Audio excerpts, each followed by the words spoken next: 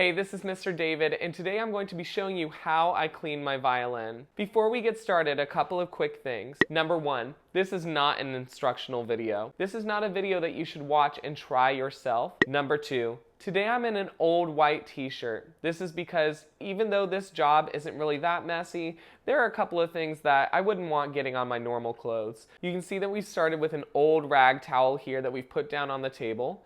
We put this down for a couple of reasons. Number one, it protects the violin. Number two is because I want to make sure that when I'm cleaning the violin that I'm actually not damaging the table either. The first thing that we have to do is get everything out of the way on the violin. I'm going to start by carefully detuning the strings, and I like to hold them here in case they like to slip on the violin. So I'm going to loosen these, but I'm not going to take them out all the way from the peg box. I'm going to take them out down here, and I'm just going to gently set that down. I like to start from the outside in. So I start with my E string and my G string. I started with G string today.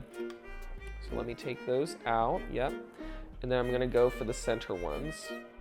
Okay, let's go D string next because that one's ready. And then let me go to my A string. Now, the bridge is getting ready to collapse here because all the strings are loose.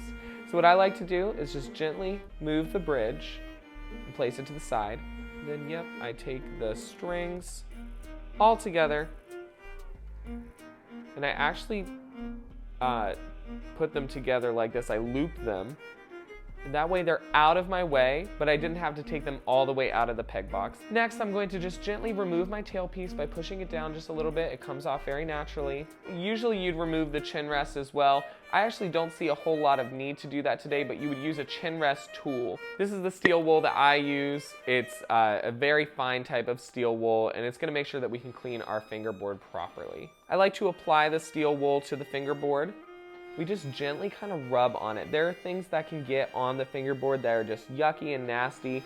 When I'm cleaning violins that have been used by students, it's not uncommon to see like tape residue on them, and sometimes teachers put stickers on them, and those are great resources for students, but it's kind of yucky when the violin gets returned. I can feel there's a lot right there. Oh, but then when you're all done, you can touch that instrument, and oh my gosh, it feels so much better. If you feel over that, oh my gosh, it's so nice and smooth. Another useful tool is called Simple Green. Simple Green is a very gentle furniture cleaner that you can use on all sorts of wooden products. And we use it on the violin because it's so gentle that it's not really going to hurt it. You can see here that I'm using a Taylor Strings polishing rack. Taylor Strings is a fantastic resource for students in Harrisonburg. I like to get up under the fingerboard as well because lots of rosin dust will collect up in there. There are streaks all over my violin. It's actually spit. And the reason I have so much spit on my violin is because I teach violin to lots and lots of people, including a class of like 45 3rd through 5th graders. And it requires me to project my voice, and yep, that means that some spit is going to get on my violin. It's important to do all parts of your violin. The other back half of it is not going to be nearly as messy as the front half, but as you are cleaning, it's important to get all of that in there. You can see that there's a lot of yuckiness on this violin. To me, this is already looking so much cleaner, and it's looking newer, and it's feeling fresher. But the violin is cleaned, but it's not polished. Most of the streaks are gone, but you can just see that it's a little bit dull for how I remember this violin. So I like to use varnish cleaner. I worked at a shop at J.R. Judd Violins, fantastic violin shop, and they have their own concoction of how they make their polish, and I always enjoyed using their polish. Unfortunately, I've run out. The key here is that you really do not need much of this stuff. I like to just pour that much over, and that little bit's gonna do a considerable amount. Little bit of polish will last me a very long time. This violin came to me in a kind of special story. I was going to Poznan, Poland to the International Viola Congress, which is this organization where violists from all over the world come together and play for each other, present research to each other, play new works together. And I was the youngest presenter that year. So I was introducing some music technology that I had begun to develop for students with disabilities, both physical and cognitive. And this violin was donated to me by a very generous lady in my hometown community. And she gave it to me after it just wasn't being used very much in her family, because I needed an instrument to experiment on that wasn't my own. So she was generous and donated this violin, so it's very special to me. It's already starting to look a bit better, but you might notice that there are some spots on here that just have not come up. So sometimes what we like to do is, even though I just told you you don't need a lot, there will be instances where you need to pour a little bit of polish onto the rack directly, dab it on there, and sometimes I let it sit for like 1 to 2 minutes. So I'm just gonna dab, dab, dab, dab, dab, dab, dab. I'm not gonna let it sit on there very long, but I'm gonna let it sit similar to when you soak your dishes. While that's soaking, I'll go ahead and tell you a little bit about the bridge. And lots of people don't realize that it's not adhesed at all to the violin. Very bad idea to glue a bridge to a violin. We've seen that before with parents who thought their kid broke the violin. It is meant to move, and it will move if the tension of the strings is not correct or has been removed. So never adhese a bridge to a violin. And the other thing you want to make sure you don't do is touch the feet of the bridge. The oil from your hands can be damaging to any part of the violin, but particularly the bridge. That's something we want to avoid. So this polish has been on here for about a minute, maybe 2, so I'm just gonna go ahead and use some elbow grease on this.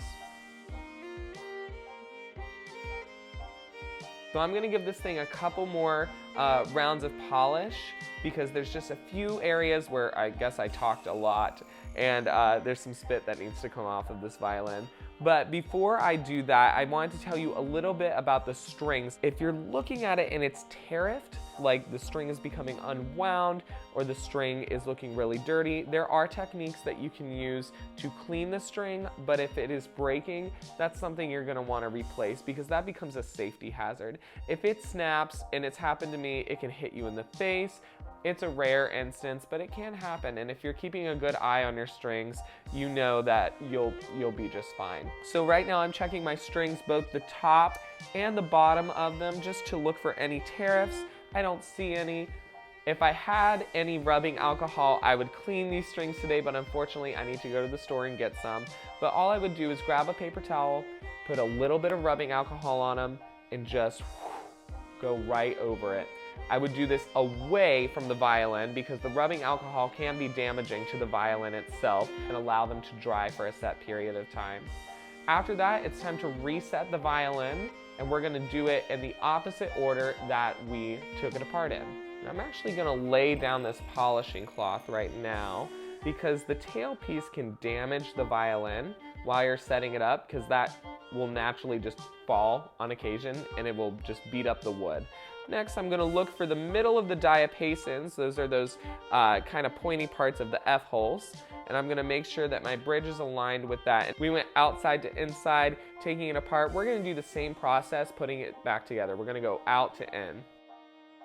There are several other things that we could be doing to this violin today. For example, we could lubricate the pegs, we could look at the peg box itself, we could look at the nut, we could look at the bridge. There are so many other things, but this is just some basic maintenance that I wanted to get done today to make my violin look a little bit better.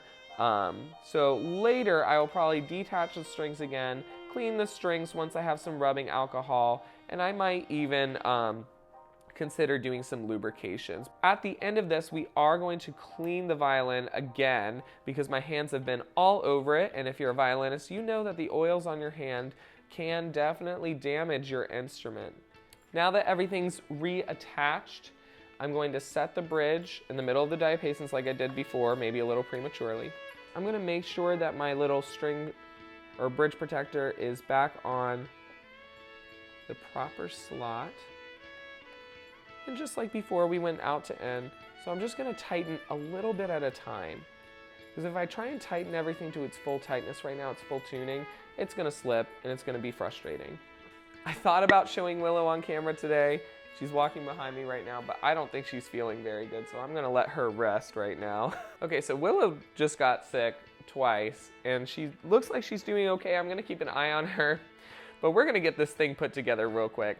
So the last step that I need to take care of is to move the strings back up, not quite to tuning yet, but I'm gonna go out to in and just gently tune them until they start making their sound again. Want to avoid a cross string, so if you've taken out your strings, you want to check the peg box and make sure that everything is lined up in a parallel fashion and not crossing each other at all. I'll show that one more time. I like to do this process really slowly because you never want to go super fast. You can risk breaking a string that way. I also make sure that the bridge stays aligned because it is pulling towards the peg box, so it's naturally gonna move just a little bit. So this violin is not in tune right now, but it sure does look a lot better. And let me just see. Oh, it feels better too. Oh my gosh. Yep, I'm gonna be excited to teach with this violin today, actually, as I get ready to teach my 3rd through 5th graders, who I love so much. Thanks so much for watching. I've got to clean up some dog throw up, and I will see you later.